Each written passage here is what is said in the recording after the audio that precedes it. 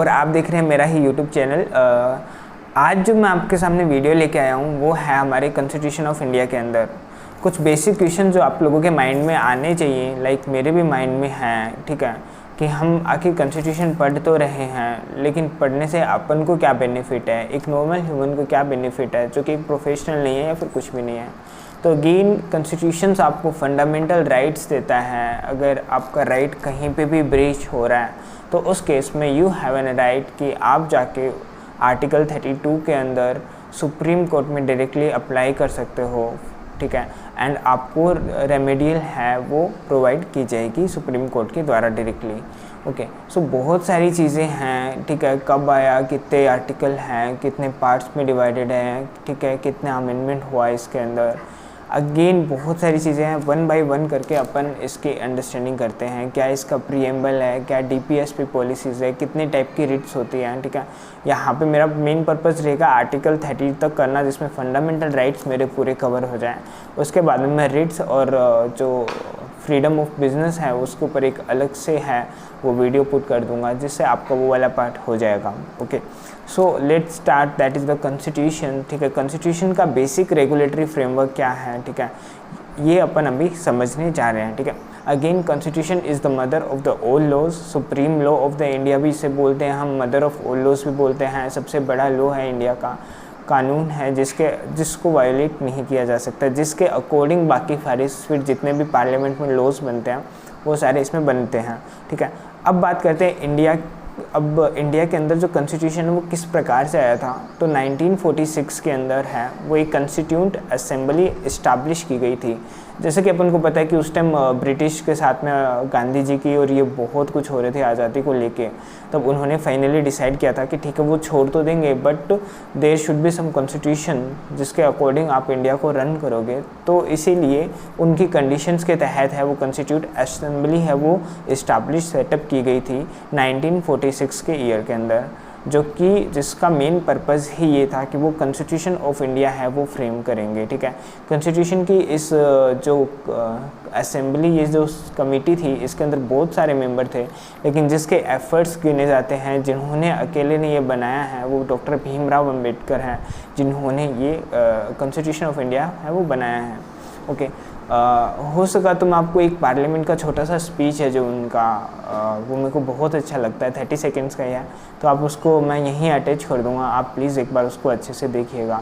गई थी और उसने 26 नवंबर 1949 को क्या कर दिया था, जो कॉन्स्टिट्यूशन ऑफ इंडिया है वो अडॉप्ट कर लिया गया था, ठीक है। उन्होंने बना दिया था एंड वो फाइनलाइज हो गया था और वो अडॉप्ट हो गया था एंड अगेन वो इन्फोर्स कर दिया गया था 26 जनवरी 1950 से, जिसे हम रिपब्लिक डे भी बोलते हैं, ठीक है। तो 26 जनवरी 1950 को वो कैम इनटू फोर्स हो गया था। अब क्या क्या चीज़ें हैं वो कॉन्स्टिट्यूशन के अंदर कवर की गई हैं, जो जैसा कि आप देख सकते हो कि इसके अंदर सारे राइट्स हैं, रूल्स हैं, रेगुलेशंस हैं एंड ये हर एक इंडिविजुअल जो इंडिया का है उसके द्वारा, जो कि इंडिया में लिव कर रहा है, उसके द्वारा क्या किया जाना है, एक्सेप्ट किया गया है, ठीक है। अब मैं वापस से आता हूँ, दैट इज़ कि इसके स्ट्रक्चर किस प्रकार से है। तो कॉन्स्टिट्यूशन ऑफ इंडिया के अंदर है वो 395 आर्टिकल्स हैं, ठीक है, जिसके अंदर जब वो बना था तब 395 थे, आज की डेट में उसमें 465 आर्टिकल्स हैं, उसमें से 24 आर्टिकल्स डिलीट किए गए हैं और 94 है वो ऐड किए गए हैं। ओके, अब बात करता हूँ मैं, ये जो अपना कॉन्स्टिट्यूशन है वो 22 पार्ट्स के अंदर डिवाइडेड हैं एंड 12 शेड्यूल्स हैं वो इसके अंदर कवर किए गए हैं, ठीक है। अगेन ये किस प्रकार से करता है डील, ये डील करता है structure of government, delegation of power to the public authorities, कि गवर्नमेंट का स्ट्रक्चर क्या होगा, जो भी पब्लिक अथॉरिटीज़ हैं उनको क्या क्या पावर है वो क्या किया जाएंगे, डेलीगेट किए जाएंगे, ठीक है। उसमें legislative, administrative and judicial, 3 type की जो ये अथॉरिटीज़ हैं वो कंस्टिट्यूट की गई है, legislative, administrative and judicial. Okay, again जो सुप्रीम अथॉरिटी या लॉ ऑफ इंडिया है ये अपन ने ऊपर भी देख लिया, वही लिखा हुआ कि ये mother of the all laws हैं, ठीक है। ये एक सुप्रीम अथॉरिटी है और सभी यूनियन गवर्नमेंट्स को एंड स्टेट गवर्नमेंट्स को है वो क्या करना पड़ेगा, कॉन्स्टिट्यूशनल प्रोविजंस को फॉलो करना पड़ेगा। मैं एक चीज़ और बता दूं, अगर स्टेट गवर्नमेंट जो है, अगर वो कोई भी पर्टिकुलर स्टेट की गवर्नमेंट है वो क्या नहीं कर पाती है, वो फॉलो नहीं कर पाती है किस चीज़ को, कॉन्स्टिट्यूशन ऑफ इंडिया को, तो उस केस में प्रेसिडेंट ऑफ द इंडिया के पास पावर है कि वो आर्टिकल 356 इन्वोक कर सकते हैं, और 356 इन्वोक करके वो क्या कर सकते हैं, उस गवर्नमेंट को आउट कर सकते हैं, एंड उसका जो इंचार्ज वगैरह है वो सेंट्रल गवर्नमेंट के हाथ में आ जाएगा। ठीक है, नाउ सेकेंड थिंग, यहाँ पे ये मेरा था सुप्रीम अथॉरिटी या लॉ ऑफ इंडिया। अब मैं जानता हूँ preamble of the constitution of India. Preamble मतलब क्या है कि जितना प्रीएम्बल के अंदर एज सच कुछ लॉ नहीं है, बट यहाँ पे कुछ बेसिक थिंग्स बताई गई है जो कि हर एक आर्टिकल को पढ़ते टाइम आपके माइंड में रहनी चाहिए, और आर्टिकल्स का इंटरप्रिटेशन भी इसी वे में किया जाना चाहिए। ठीक है, अब ये इसके अंदर क्या लिखा हुआ है, लेट्स सी, ये इम्पोर्टेंट पार्ट भी है।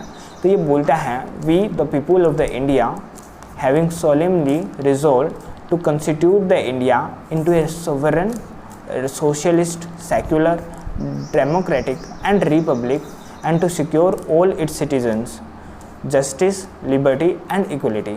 Okay, so what is the meaning of this, कि हम जो इंडिया के लोग हैं वो सोलेमली रिजोल्व कहते हैं कि हम जो कंस्टिट्यूट कर रहे हैं इंडिया को, ठीक है, एक आज़ाद देश के तौर पे, एक समाजवादी देश के तौर पे, एक ऐसा देश जिसके अंदर कोई भी धर्म रह सकता है, वो धर्म निरपेक्ष रहेगा, किसी भी पर्टिकुलर रिलीजन के लिए नहीं होगा, जो कि डेमोक्रेटिक होगा, लोकतांत्रिक होगा, लोगों को अपना मन चाहे करने की आज़ादी होगी, एंड रिपब्लिक यानी एक प्रजातंत्र होगा जिसके अंदर जो लीडर्स हैं, जो शासक हैं, वो भी जनता ही चूज़ करेगी। अब मैं बात करता हूँ कि साथ में सिक्योर करना, ठीक है, 3 चीज़ें सिक्योर की गई हैं प्रीएम्बल्स के थ्रू, दैट इज़ जस्टिस यानी कि न्याय, लिबर्टी यानी कि वो जो काम करना चाहे, जो भी पर्सन जो काम करना चाहता है उसे उस काम को करने की आज़ादी हो, एंड इक्वलिटी यानी कि सबको समानता का यहाँ पे स्टेटस मिले, अपॉर्चुनिटीज़ मिले, that is the equality of the status and opportunities, कि जब भी कोई अपॉर्चुनिटीज़ आती हैं तो वो सबको इक्वली मिले, जो स्टेटस है वो सबको इक्वल मिले। तो ये सारी चीज़ें मेरी प्रीएम्बल में बताई गई हैं। साथ में यहाँ पे ये भी बोला गया है कि प्रमोट करना है किस चीज़ को, फर्टेनिटी को, फर्टेनिटी यानी कि भाईचारे को, एंड अश्योर करना है dignity of the individuals and unity and integrity of the nation. क्या चीज़, इंडिविजुअल्स की डिग्निटी यानी कि वो शांत रहे, मतलब एक तरह से ये है कि एक पीसफुल इन्वायरमेंट क्रिएट करना है जिससे लोग अच्छे से अपने लाइफ को स्पेंड करें, पूरा इंडिया हमेशा यूनाइटेड रहे। इंटीग्रिटी का मतलब यहाँ पे ईमानदारी से नहीं है, यहाँ पे यूनाइटेड से है, ठीक है, वो इंटीग्रेट होके रहे, वो अखंड रहे पूरा Bharat. Okay, so these are, जैसा कि चंद्रगुप्त मौर्य के टाइम पे था, ठीक है, द सेम गोल, अखंड भारत का गोल जो था, ठीक है।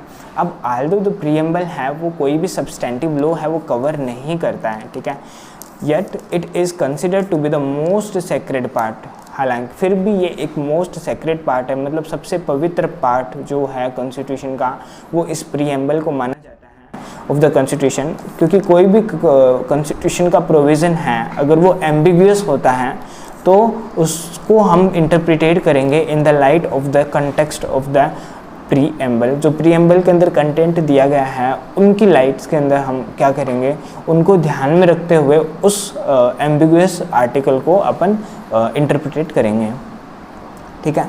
बहुत सारी जजमेंट हुई है सुप्रीम कोर्ट की, उसके अंदर उन्होंने हेल्ड किया है कि कॉन्स्टिट्यूशन ऑफ इंडिया है वो रीड किया जाएगा एंड इंटरप्रिटेट किया जाएगा in the light of the visions and values, places and sentiments expressed in the preamble. जो preamble truly represent the soul of our constitution, और जो भी प्रीएम्बल है वो ट्रूली रिप्रेजेंट करेगा किस चीज़ को, हमारी कॉन्स्टिट्यूशन की सोल है, मतलब आत्मा है, जिसके बेस पे पूरा कॉन्स्टिट्यूशन है, ठीक है। कोई भी आर्टिकल है वो प्रीएम्बल के अगेंस्ट में नहीं हो सकता, वो प्रीएम्बल को साथ में लेके और इंटरप्रेट है वो किया जाना चाहिए, ठीक है। अब बात करते हैं कि जो कॉन्स्टिट्यूशन है, ठीक है, हमारा कॉन्स्टिट्यूशन है उसके 3 मेन पिलर हैं, कौन कौन से, लेजिस्लेचर, एग्जीक्यूटिव एंड जुडिशरी, ठीक है। हम सब बचपन से सुनते हुए आ रहे हैं कि लेजिस्लेचर यानी कि जो लॉ मेकिंग बॉडीज़ हैं, पार्लियामेंट बनाती हैं, एंड स्टेट लेजिस्लेचर यानी कि विधानसभा है वो हमारा लॉ बनाने का काम करती है। अगेन यूनियन लेजिस्लेचर और स्टेट लेजिस्लेचर, यही 3 पिलर्स हैं, मतलब यही लेजिस्लेचर के अंदर मेन लॉ मेकिंग बॉडीज़ हैं, ठीक है। उसके बाद मैं बात करता हूँ एग्जीक्यूटिव एग्जीक्यूटिव बॉडी के अंदर हमारी central government and state government है वो आ जाती है, ठीक है। एंड देन हमारी जो जुडिशरी बॉडी है, ठीक है, ये हमारी क्या करती है, लॉ को रिजोल्विंग बॉडी है, मतलब ये लॉ को क्या करती है, रिजोल्व करती है, ठीक है। यहाँ पे अपना civil code and criminal codes, दो टाइप के कोड्स मेनली बाइफरकेट किए गए हैं, ठीक है। और इसके अंदर मैं सबसे पहले बोलूँ, अगर किसी इंडिविजुअल को प्रॉब्लम आ रही है, ठीक है, तो वो मजिस्ट्रेट ऑफ सेकेंड क्लास के पास जाता है, देन फिर फर्स्ट क्लास, अगर वो स्टिल रिजोल्व नहीं होती है तो उसके बाद में फिर वो जाता है अपना चीफ जुडिशियल मजिस्ट्रेट के पास में। उसके बाद में फिर डिस्ट्रिक्ट लेवल पे आते हैं तो वहाँ पे सेशन कोर्ट्स होते हैं, फिर स्टेट लेवल पे हाई कोर्ट्स होते हैं, और फिर इंडिया लेवल पे एक सिंगल एंड सुप्रीम कोर्ट है, ठीक है। ये हमारा कब होता है, जब हमारे क्रिमिनल केसेस होते हैं, क्रिमिनल कोर्ट्स में हमें अप्रोच करना पड़ता है, ठीक है, हमने क्रिमिनल एक्टिविटीज़ की हो। जब हमारी सिविल एक्टिविटीज़ होती हैं तो उसके लिए तहसील लेवल पे हमारे नॉर्मली लोअर कोर्ट्स होते हैं, उसके बाद में फिर डिस्ट्रिक्ट लेवल पे डिस्ट्रिक्ट कोर्ट होते हैं, देन स्टेट लेवल पे हाई कोर्ट एंड फिर सुप्रीम कोर्ट। इस तरह से ये हमारे कॉन्स्टिट्यूट किए गए हैं, ठीक है। अब आते हैं next, that is the structure of the constitution in unitary features. ये क्या था, यूनिटरी फीचर्स के अंदर क्या हो जाता है कि मतलब वहाँ पे सिर्फ सेंट्रल गवर्नमेंट है तो सिर्फ उसके पास पावर हो जाएगा लॉ बनाने का, ठीक है। वहाँ पे फिर फेडरलिज्म नहीं रही, यूनिटरी मतलब अपने आप में वो क्या कर सकती है, लॉ है वो बना सकती है। अब यूनिटरी फीचर्स के अंदर मैं अगर बोलूँ तो ये क्या हमारा तो फेडरल स्ट्रक्चर है। फेडरल के अंदर क्या होता है कि दोनों state government and central government, मतलब दो टाइप की गवर्नमेंट होती है। अभी नीचे देख ही लेते हैं चलो साथ साथ में। फेडरल है, फेडरल कॉन्स्टिट्यूशन क्या होता है, जहाँ पे डबल गवर्नमेंट होती है, मतलब एक तो सेंट्रल लेवल पे गवर्नमेंट होती है और एक फिर उन सब में अलग अलग रीजन वाइज स्टेट गवर्नमेंट्स होती है, ठीक है। अगेन जो पावर का डिस्ट्रीब्यूशन होता है उसके लिए 3 लिस्ट बनाई जाती हैं, कुछ है वो यूनियन लिस्ट होती है, कुछ स्टेट लिस्ट होती है, एंड कुछ हमारी जो है वो कौन सी होती है, कॉन्करेंट लिस्ट होती है, जिसके ऊपर बोथ है वो क्या बनाती हैं, वो क्या बनाती है, लॉ बनाती है, ठीक है। सेंट्रल गवर्नमेंट यूनियन लिस्ट पे, स्टेट गवर्नमेंट स्टेट लिस्ट पे, एंड कॉन्करेंट लिस्ट में बोथ, ठीक है। एट प्रेजेंट भी मैं बोल देता हूँ, इसके अंदर जो है यूनियन लिस्ट उसमें 97 आइटम्स हैं, स्टेट में 66 आइटम है, एंड बोथ के अंदर 47 आइटम्स हैं, मतलब कि 47 ऐसे मैटर्स हैं जिसपे central government and state government है वो क्या करती है, दोनों मिलकर लॉ बनाती हैं। अगेन जो सेंट्रल गवर्नमेंट के पास में पावर है, ठीक है, वो किसके ऊपर लॉ बनाने का है, वो है जुडिशरी और डिफेंस के ऊपर। किस पे, जुडिशरी और डिफेंस के ऊपर है। वो नॉर्मली क्या करती है, सेंट्रल गवर्नमेंट है वो लॉ बनाती है। देन मैं बात करता हूँ public health, sanitary and roads etcetera development करना, ठीक है, इथिक्स डेवलप करना स्टेट के अंदर, उन सब के ऊपर जो भी है वो कौन करती है, स्टेट गवर्नमेंट लॉ बनाती है, ठीक है। एंड अगेन मैरिज पे, इकोनॉमिक्स पे एंड सोशल प्लान, इसके ऊपर दोनों है वो मिल के बैठ के क्या करती है, लॉज बनाती हैं, ठीक है। ओके, अब बात आती है दैट इज़ कि हमारा जो लॉ है वो supreme law of the India है, ठीक है। अगेन ये हमारा रिटन कॉन्स्टिट्यूशन है जो कि सबसे डिटेल एंड सबसे लेंथी कॉन्स्टिट्यूशनल डॉक्यूमेंट है। और जो भी जुडिशरी की अथॉरिटी क्या होगी, ठीक है, तो कॉन्स्टिट्यूशन है वो एक इंडिपेंडेंस ही देता है कि जुडिशरी सिस्टम अपने आप में एक इंडिपेंडेंट सिस्टम है। एंड सिंस यह एक इंडिपेंडेंट सिस्टम है, इसीलिए इसी कारण से यहाँ पे किसी भी लेजिस्लेचर का है वो कोई इम्पैक्ट है, कोई भी कंट्रोल है वो जुडिशरी के ऊपर नहीं है। और ये सारा कहाँ बताया गया है, कॉन्स्टिट्यूशन के अंदर, ठीक है। ये हमने देखा कि फेडरल स्ट्रक्चर के अंदर क्या बातें होती हैं, डुअल गवर्नमेंट होता है, पावर का डिस्ट्रीब्यूशन होता है, सुप्रीम है वो क्या होता है, कॉन्स्टिट्यूशन होता है, रिटन कॉन्स्टिट्यूशन होता है, एंड अथॉरिटी ऑफ जुडिशरी है वो क्या होता है, जुडिशरी है वो अपने आप में एक इंडिपेंडेंट बॉडी की तरह काम करती है। लेकिन फीचर्स मतलब कि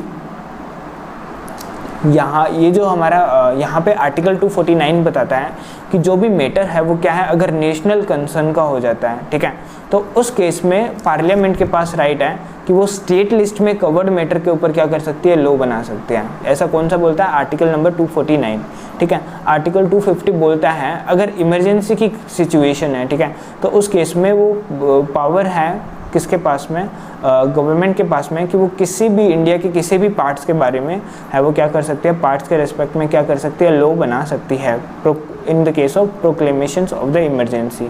ठीक है। अगेन थर्ड थिंग जो है वो ये है यूनिटरी के अंदर कि है ना, यहाँ पे सिंगल सिटीजनशिप होती है। मतलब यूएस में अगर आप जाके देखोगे ना तो स्टेट की अलग से सिटीजनशिप मिलती है एंड सेंट्रल की अलग से वो मिलती है। ठीक है। तो लेकिन इंडिया के अंदर क्या है, यहाँ पे एक सिंगल सिटीजनशिप मिलती है कि आप इंडिया के क्या हो, नागरिक हो। ठीक है। सिंगल जुडिशरी सिस्टम होता है, मतलब कि आर्टिकल 124 जो कॉन्स्टिट्यूशन का है वो भी क्लियरली ये बात बोल देता है कि भाई हमारे इंडिया में सिर्फ एक सुप्रीम कोर्ट होगी, उससे ज़्यादा नहीं होगी। ठीक है। सिंगल सुप्रीम कोर्ट है वो हमारे इंडिया के अंदर होगी। ठीक है। अब आता है breakdown of constitutional machinery in A state. अगर ये मैं आपको पहले भी बता चुका हूँ, अगर किसी भी स्टेट के अंदर कॉन्स्टिट्यूशन है वो फॉलो नहीं हो रहा है तो उसे हम बोलते हैं ब्रेकडाउन ऑफ कॉन्स्टिट्यूशनल मशीनरी। तो उस केस में जो हमारे प्रेसिडेंट सर हैं इंडिया के, वो सेटिस्फाई हो जाते हैं with the government of a state, तो वो can not be carried as per the provision of constitution, तो वो एक प्रोक्लेमेशन ऑफ दैट इफेक्ट है वो इशू कर देंगे एंड वो अज्यूम कर सकते हैं all the function of that states. ठीक है। एंड पार्लियामेंट है वो लेजिस्लेट कर सकती है फॉर सच ए स्टेट। ठीक है। उसके सारे फंक्शन को कौन करेगा, हमारे प्रेसिडेंट सर है वो अज्यूम कर लेंगे एंड पार्लियामेंट है वो उसका लेजिस्लेशन देखेगी। ठीक है।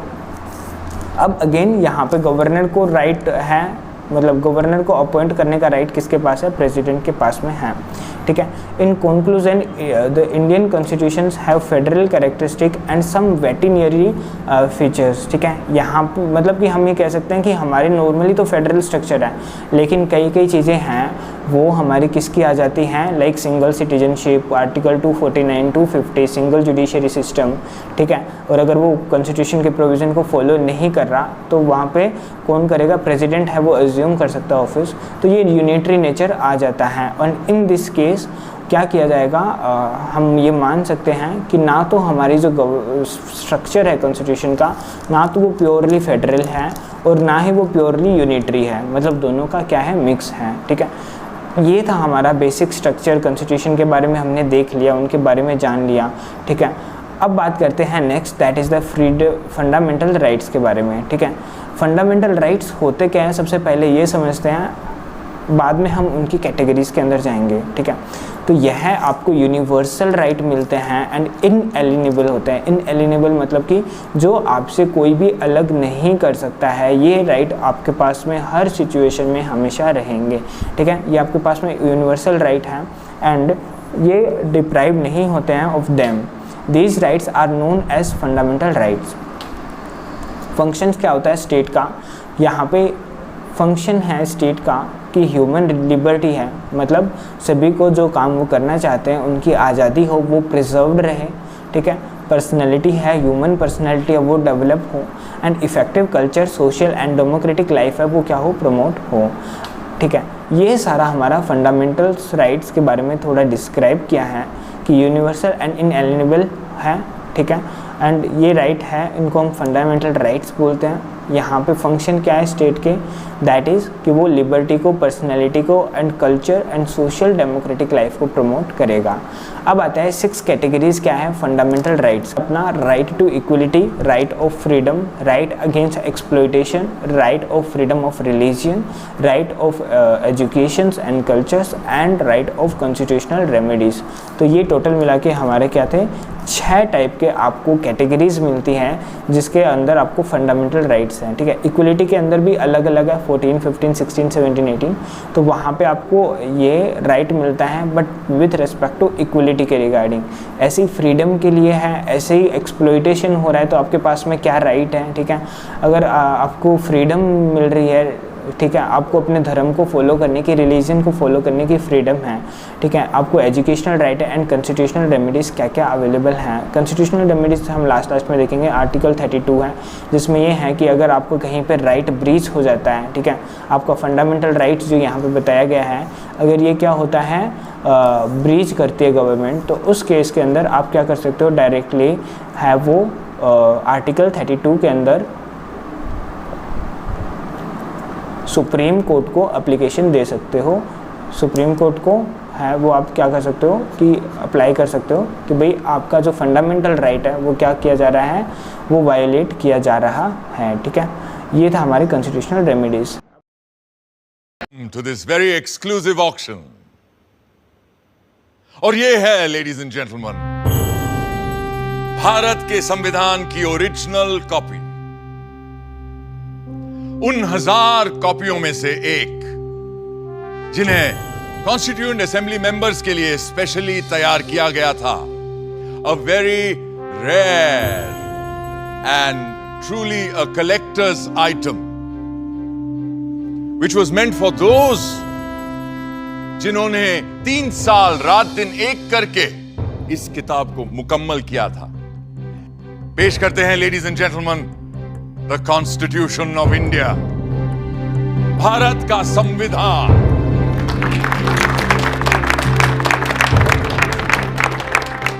ये कोई आम किताब नहीं बल्कि प्रतीक है हमारे मुल्क का।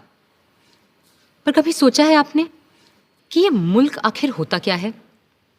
समाजशास्त्री कहते हैं कि एक ही नस्ल, धर्म, जबान, परचम और हुक्म को मानने वाले बाशिंदों के समूह से बनता है एक मुल्क, एक देश। मगर हिंदुस्तान जैसे बहुत सी भाषाओं, धर्मों और तमाम जातियों प्रजातियों वाले सब कॉन्टिनेंट को किसी तंग नज़रिए से नहीं देखा जा सकता है। और ऐसे मुल्क, ऐसे समाज में पुरानी रीतियों को तोड़कर सबको साथ लेकर आगे चलने के लिए किसी पुराने कानून से भी काम नहीं चल सकता है। इसीलिए हमारे पुरखों ने बनाया था हमारा संविधान, हमारा कॉन्स्टिट्यूशन, हमारा आईन। ये आईन ही तो वो आईना है जिसमें देखकर ही हम खुद को पहचान पाते हैं और संवार भी सकते हैं। बट फर्स्ट थिंग्स फर्स्ट, पहले आप भी तो ठीक से देख लीजिए उस मुकद्दस किताब को जिसकी बात हम कर रहे हैं।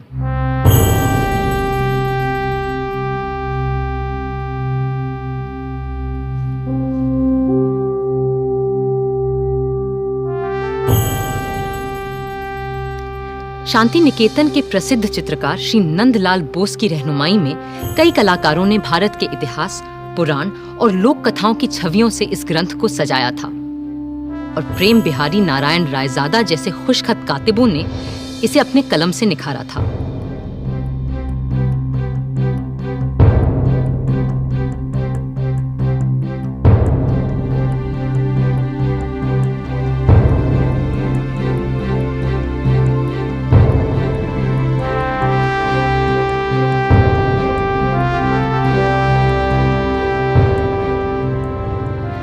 मगर ये काम मुश्किल होते हुए भी बहुत आसान था उस काम के मुकाबले जो इस संविधान की कल्पना कर इसे लिखित रूप देने वालों ने संविधान सभा में पूरे 3 साल लगाकर किया था। क्योंकि वह कल्पना केवल एक किताब की नहीं थी, वह तसव्वुर था एक नए मुल्क का, एक नए समाज का, एक ऐसी नई संस्कृति का जो इससे पहले इस संसार में कभी देखी नहीं गई थी।